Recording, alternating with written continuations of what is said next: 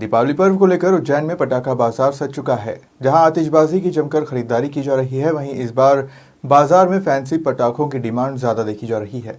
धार्मिक राजधानी उज्जैन संभाग में दीपावली का पर्व हर्षोल्लास के साथ मनाने के लिए लोग बड़े ही उत्साह के साथ पटाखों की खरीदारी कर रहे हैं। इस बार जिले का सबसे सस्ता पटाखा बाजार नगर पालिका निगम उज्जैन द्वारा आगर रोड स्थित सामाजिक न्याय परिसर में लगा है, जहां 100 से भी अधिक दुकानें आकर्षक रंग बिरंगे पटाखों से सजी हुई है। दीपावली का पर्व नजदीक आते ही इस बाजार में ग्राहकों की भीड़ उमड़ने लगी है। यहाँ विशेष रूप से सस्ते दरों में मिलने वाली फूलझड़ी, चक्री और अनार जैसे पटाखे लोगों को आकर्षित कर रहे हैं। बाजार में न केवल उज्जैन बल्कि आसपास के तहसील एवं गांव से भी लोग पटाखा खरीदने के लिए पहुंच रहे हैं।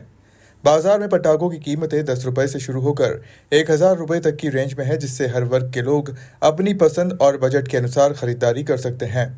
सामाजिक न्याय परिसर स्थित इस बाजार के पटाखा व्यापारी एसोसिएशन के विजय अग्रवाल एवं मनोज ठाकुर ने अपने चैनल से चर्चा करते हुए बताया कि उज्जैन का यह सबसे सस्ता पटाखा बाजार लोगों को किफायती और उच्च गुणवत्ता वाले पटाखे उपलब्ध कराता है। दीपावली का त्यौहार है और दीपावली पर पटाखे न चलाएं तो वो दिवाली कैसी। यहाँ पर सामाजिक न्याय परिसर में पटाखों का बाजार सज गया है। बहुत सारी नई नई वेराइटियाँ भी इस बाजार में देखने को मिल रही हैं।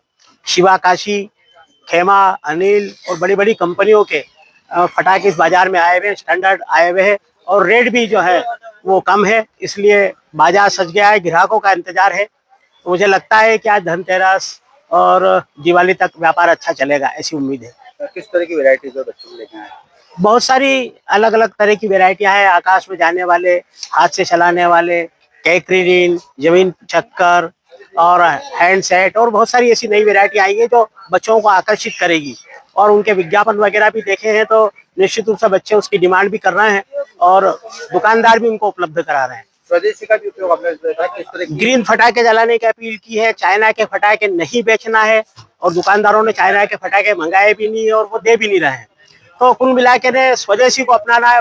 अपने देश में बने हुए, अपने प्रदेश में बने हुए ही फटाखे अपने को चलाना है और इसीलिए शिवा, काशी से मोटे तौर पे आते हैं फटाखे, तो अपने देश में बनते हैं और हाथ से बने हुए, जिससे 8 लाख से अधिक लोगों को रोजगार मिलता है केवल फटाखे बनाने के क्षेत्र के अंदर।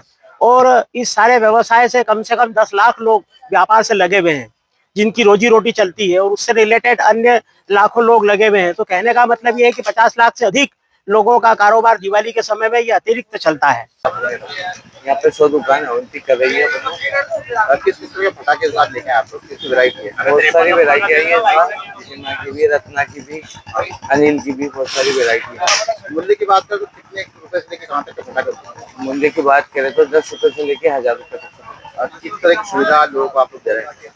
रेट की बात करें, कितने रेट में क्या प्रॉफिट, कितना लोगों को फायदा हो रहा है? 10% प्रॉफिट है, प्रॉफिट दे रहे हैं लोगों को अपन। और कितना पुराना है मार्केट? मार्केट 30 साल पुराना है।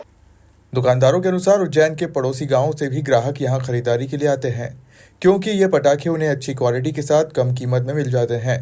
इस बार बाजार में फैंसी पटाखों की भी काफी मांग देखने को मिल रही है। उज्जैन से सचिन यादव की रिपोर्ट।